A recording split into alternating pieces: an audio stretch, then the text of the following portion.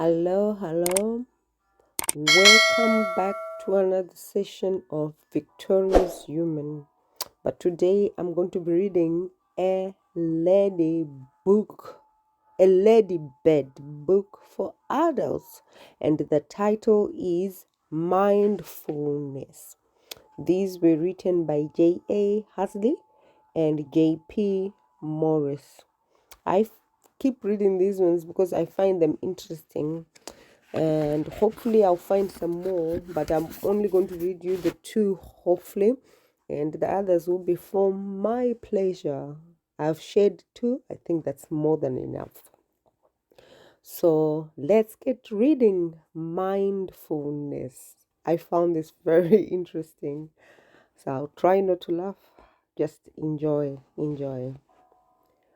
Mindfulness is the skill of thinking you are doing something when you are doing nothing. One of the good things about mindfulness is that you get to do a lot of sitting down. Sitting down is good for the mind because so much positive energy is stored in the lap. People who practice mindfulness first find somewhere quiet to sit down.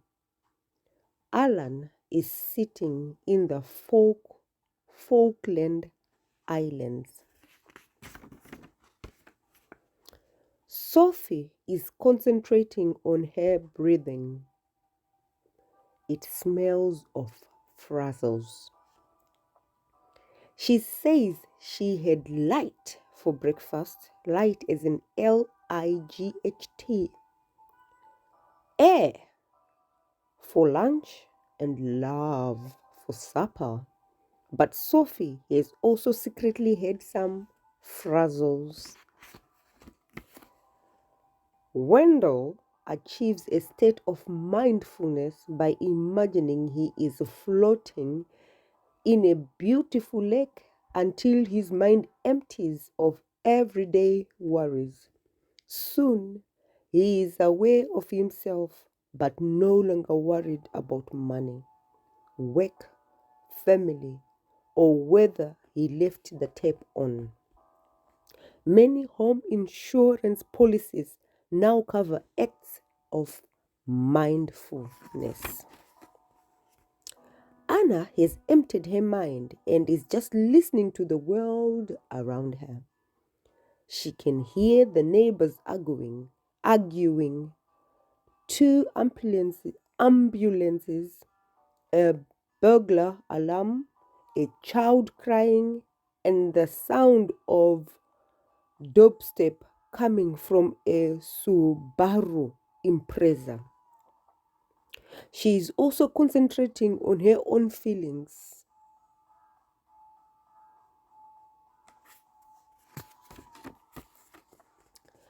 People learn a lot about themselves from mindfulness. Mindfulness has taught Django to live in the moment. He used to live in the Peak District. He now lives in Illinois. Oh my dear. In Nashua. Wherever that is. Mindfulness has taught Lynn to accept things as they are. Rubbish, expensive, unfair, and out of date. Every 6 months. It's true. Things are getting outdated very, very quickly. Why? Because of the rapid knowledge explosion. It has also taught her to accept things like cake. Lian likes cake. There is more wisdom in a waterfall than there is in 100 men, says Jake. But his wife's sister calls him another name. Declan is so mindful that he has forgotten to take his car in for its MOT test. Oh, Declan. Hope you do that quickly.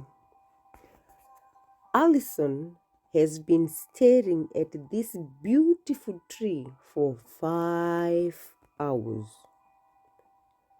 She was meant to be in the office. Tomorrow she will be fired.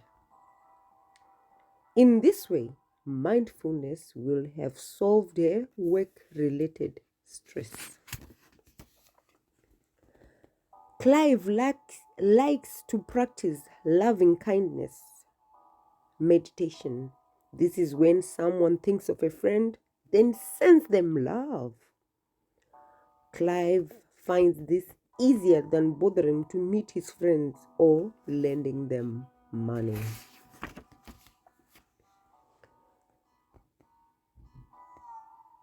Fleur is on a silent retreat. She likes going on retreats because it takes days and nobody demands anything of her. Today, a guest speaker is giving a silent speech, after which there will be a silent question and answer session. Lovely.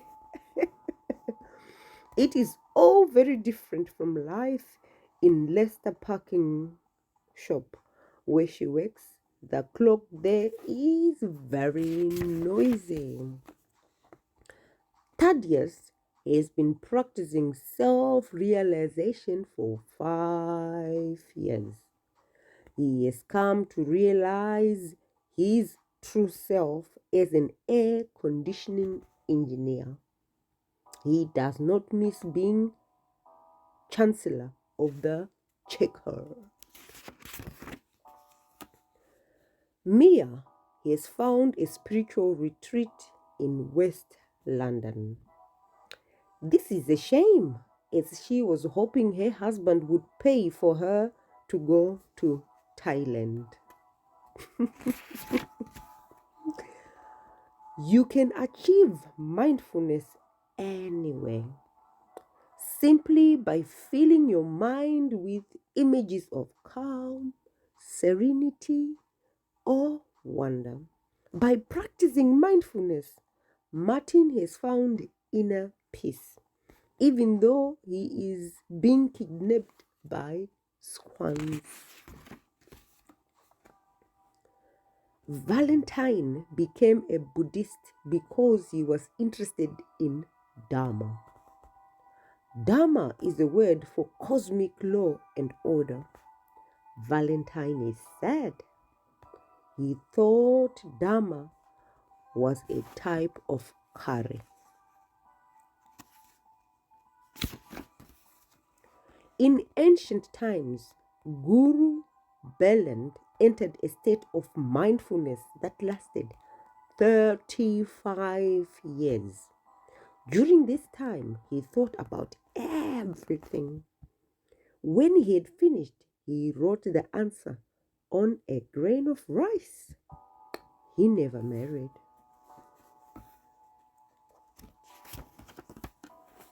Sometimes life can be too noisy. Try not speaking for a while. Let people know what you want with a smile or a frown or by throwing your keys at the back of their head.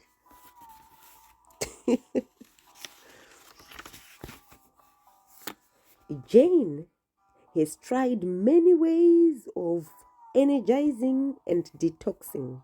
She went on a raw food diet, but the chicken made her very poorly. Then her tutor told her to be like water. Jane thought this was a good idea. Now, just like water, she is drunk most lunchtimes.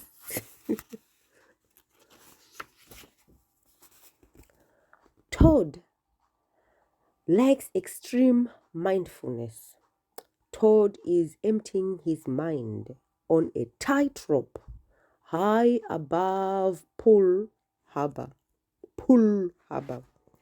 The people on the pleasure cruiser below. Hope that toad doesn't empty any other part of his body. If he does, they will be in trouble. New sorts of mindfulness are popping up all the time. This is aqua mindfulness. So the lady is floating in water. It's aqua mindfulness. There are new courses of cardio mindfulness, cockney mindfulness, honey roast mindfulness, macro mindfulness, and mindlessness. In mindlessness, you have to beat up your inner total stranger. Katrina is in love with the earth, but she worries that it does not love her back. Maybe joining friends of the earth was a mistake. Now the earth will never see her as more than that. The poor woman is literally crying. I wish I could show you the pictures, but yeah, that will give you motive to go find your own little book, I guess.